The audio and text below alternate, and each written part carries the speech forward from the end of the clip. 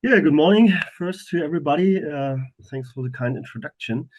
Yes, my name is Marcus Weiss, and I'm a landscape architect here in Westphalia in the western part of Germany.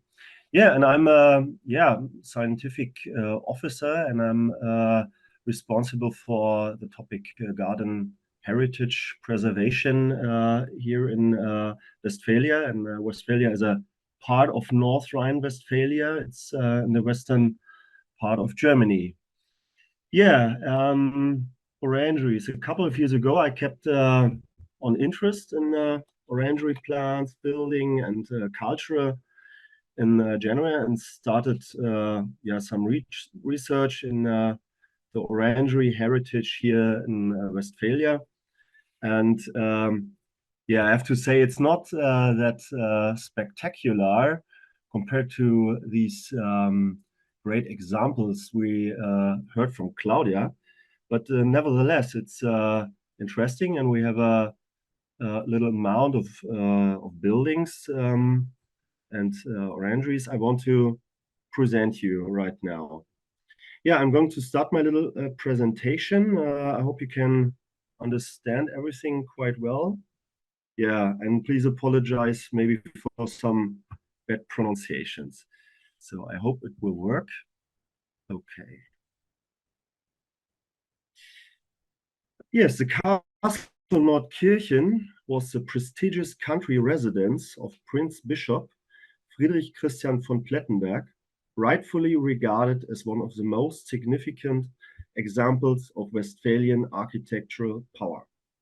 Naturally, this former water castle, extensively transformed and expanded in several phases from around 1703, included a vast Baroque park in the style of the 18th century French gardens. Gottfried Lawrence and Peter Pictorius, leading architects in Westphalia, were responsible for the initial development phase, while the renowned Johann Conrad Schlaun, known beyond provincial borders, played a key role in the second phase, which essentially shaped the complex up to the present day. For a grand estate of this caliber, an orangery was an indispensable feature in the 18th century.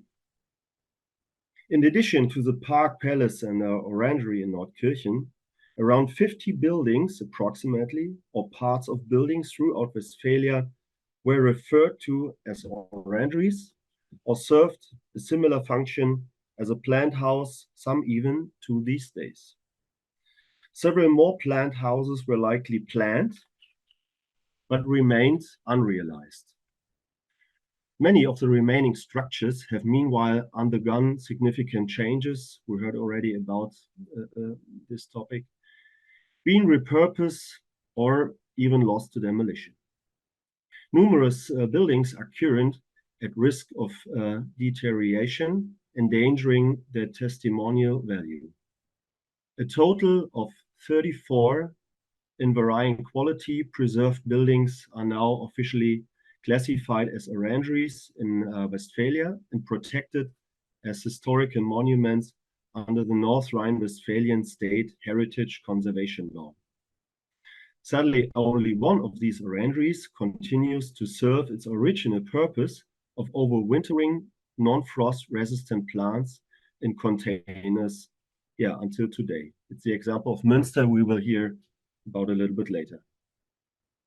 Beside the purely architectural and typological examination of orangeries, it's important to understand that the term orangery encompasses more than just the structure itself.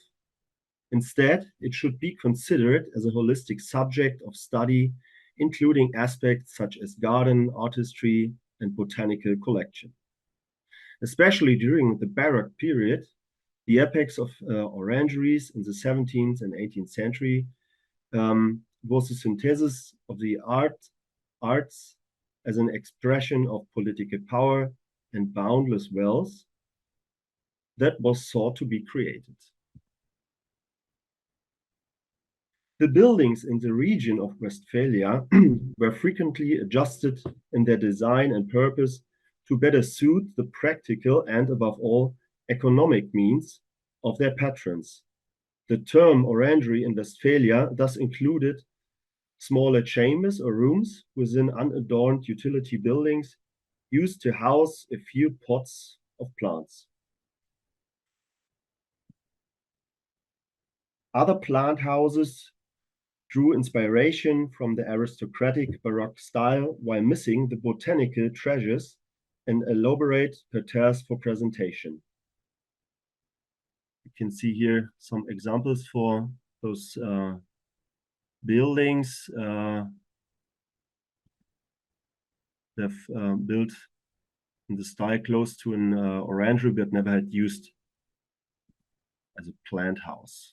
One pretty famous one, it's the Oranienburg of Nordkirchen. And first, the building was quite smaller and were used in its first days as a plant house and rebuilt and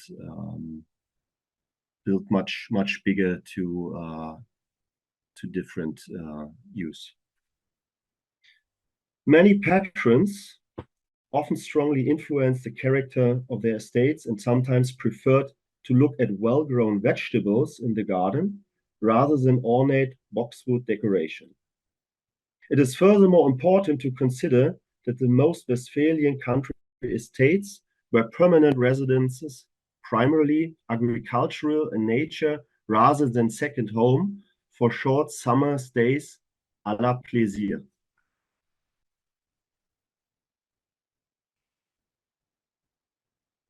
Regional and temporal denomination of the researched area.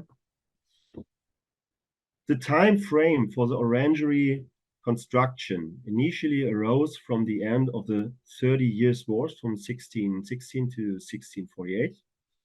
However, after years of devastation, the establishment of aristocratic estates and thus the construction of ornate or intricate gardens and orangeries began only very hesitantly.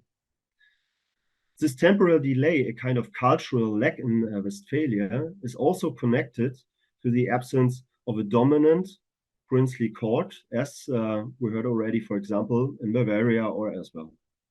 Compared to South Germany, the general onset of orangery construction in Westphalia can be assumed only in the late 18th century.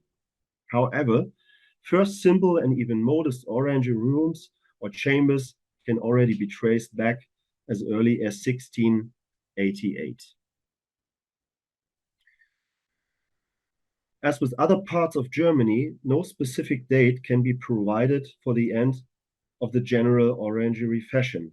Well into the 19th century, people seemed to take pleasure in non-hardy potted plant collections and in celebrating garden parties in the buildings during the summer. It wasn't until the last third of the century that the emergence of new technological advancements and mass-producing steel and glass combined with an enthusiasm for palm, orchids, cactus, and so on, other exotic plants, paved the way for the establishment of fully glass permanent greenhouses. The most recent orangeries constructed in Westphalia date back to the years of 1850 or 1852. And here you see the two examples of the orangery in Surenburg and Westerwinkel. Furthermore, the orangery in Reda, even being rebuilt on its original site as a neoclassical structure as late as 1874. Similar to the major European models, the earliest orangeries in Westphalia were initially integrated into existing structures, albeit on the significantly smaller scale. Simple rooms within the Bailey Castle and thus, for the first time in Westphalia, making use the protection and the ability of heating of solid architecture for overwintering citrus plants. The so-called orangery chamber, set up after 1688 in the Bailey Castle of Gesmold, it's not existing anymore, can be considered as earliest document example. Another example of this type is the Orangery of Hovestadt. You can see here, and it's still preserved. Here in Hovestadt, the potted plants were overwintered in a small room equipped with only two floor-to-ceiling arched windows for access, located in the central part of the Bailey Castle. In this form, the plant room, likely completed in the second half of the 18th century, stands as a late but unique example of repurposing an existing utility space for plant storage. Instead of a representative use, it predominantly served as evidence of a functional architecture primarily geared towards horticultural use. The first orangery in Westphalia that stood independently within a garden rather than being attached to an existing building or complex was the one located in the Episcopal, I hope the word is right, Episcopal Garden in Ahaus, built in 1697. The building stood on the outer edge of a parterre area opposite a similarly constructed counterpart, which was likely used for entertainment purposes, maybe. In an early adaptation of the Baroque axial aesthetics, garden houses were generally positioned along a central path axis, following the example of French gardens. Orangeries flanking the garden space as seen in Ahaus, or in the 1713 comparably designed Sassenberg, were initial variations of an increasingly sophisticated architectural concept evolving throughout the 18th century, incorporating the orangery into the overall design. These both examples, Sassenberg and Ahaus, sadly do not exist anymore. We have another example that as well is not existing, it's just a plan. It's the orangery in Münster. We will hear later. The first plan of Johann Conrad Schlaun was to erect, as mentioned, two opposite buildings, and probably this one and this plan should have been the orangery located to the south. As concluding architecture, particularly the structures designed as so-called point de vue, with their exposed position in the garden, determined a deliberately calculated visual guidance. Unlike in Ahaus or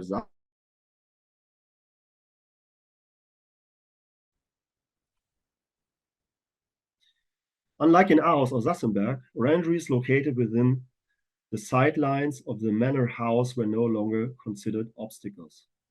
On the contrary, a visual focus points that also marked the garden's boundaries, orangery, were now intentionally used for the visual staging of noble estates.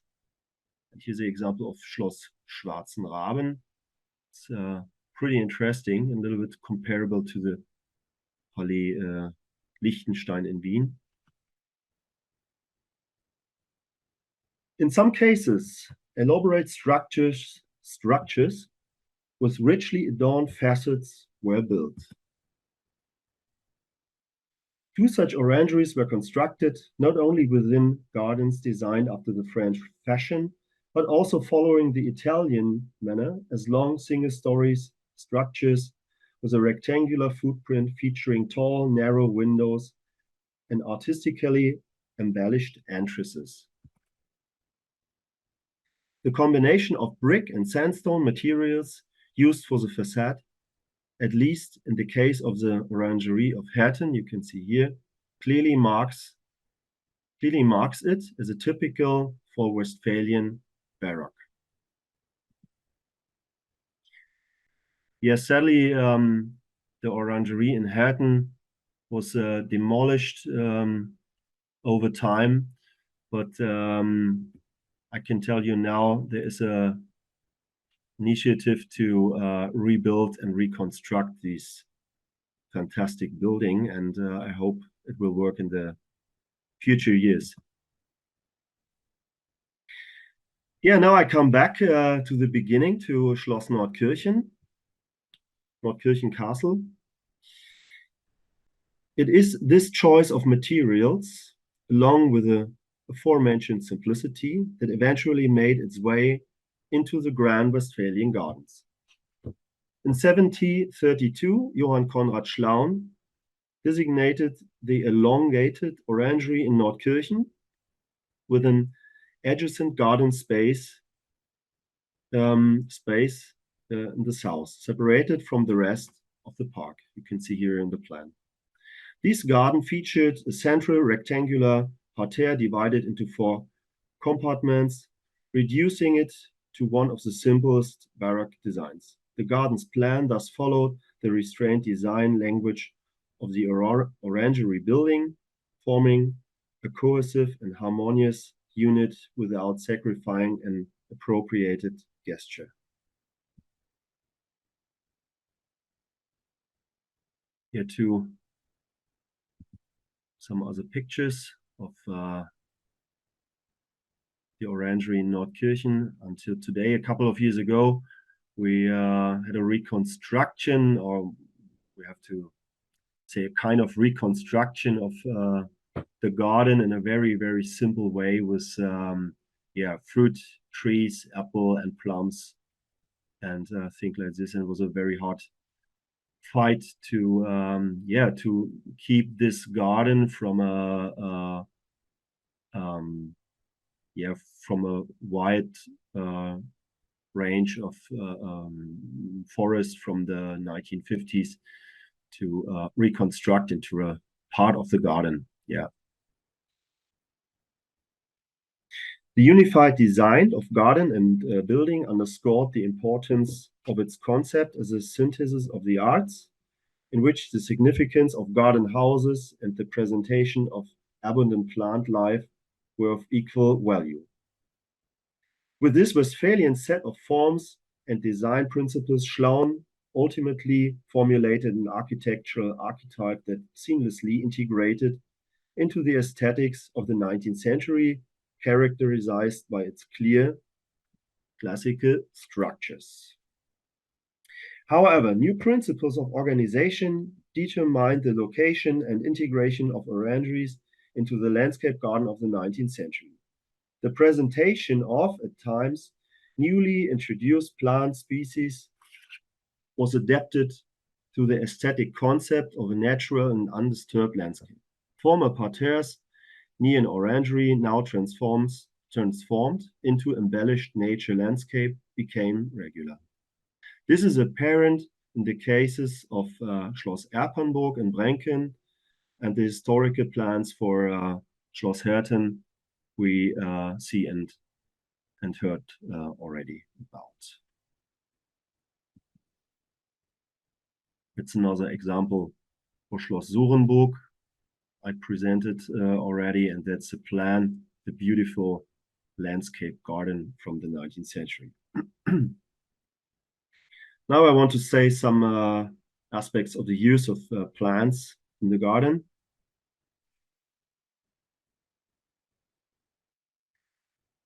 Non-hardy plants in pots and containers were, in a way, the centerpiece of an orangery. Besides individual preferences, the composition of a plant collection depend on various factors. It can be assumed, however, that every noble homeowner desired to cultivate, among other things, the expensive and hard-to-obtain citrus plants. Those who valued themselves naturally presented themselves and their estate in the attire of the golden apples of the Hesperides, a symbol of wealth, power, and ultimately evidence of great refinement and a pronounced sense of artistry.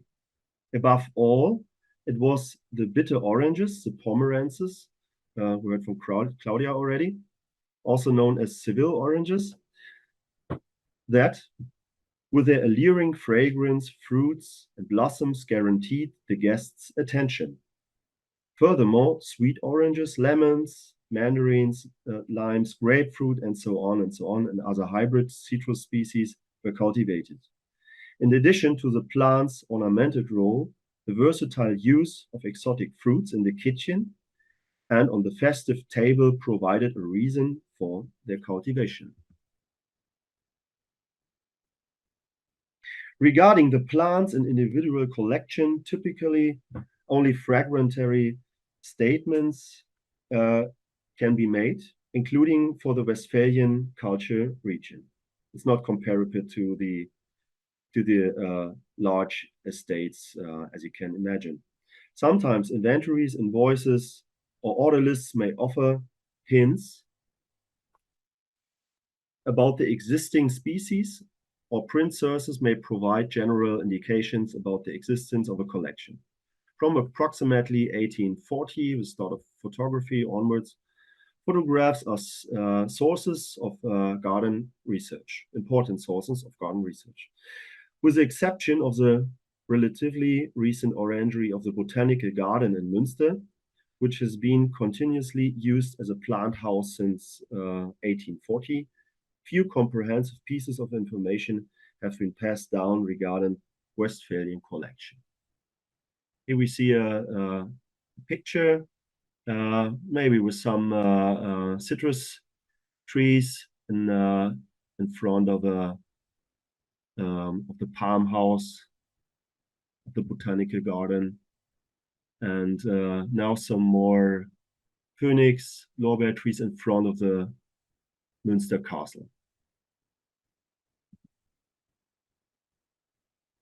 Today, the orangery in Münster is unfortunately the only one remaining in Westphalia, where its original function is still maintained.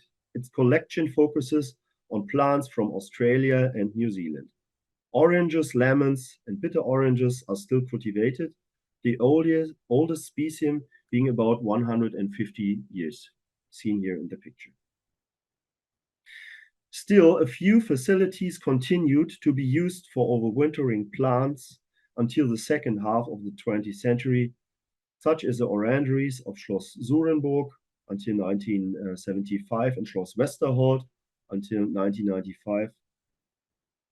However, due to the economic consideration, the majority of privately owned plant houses have now been repurposed for residential or commercial use.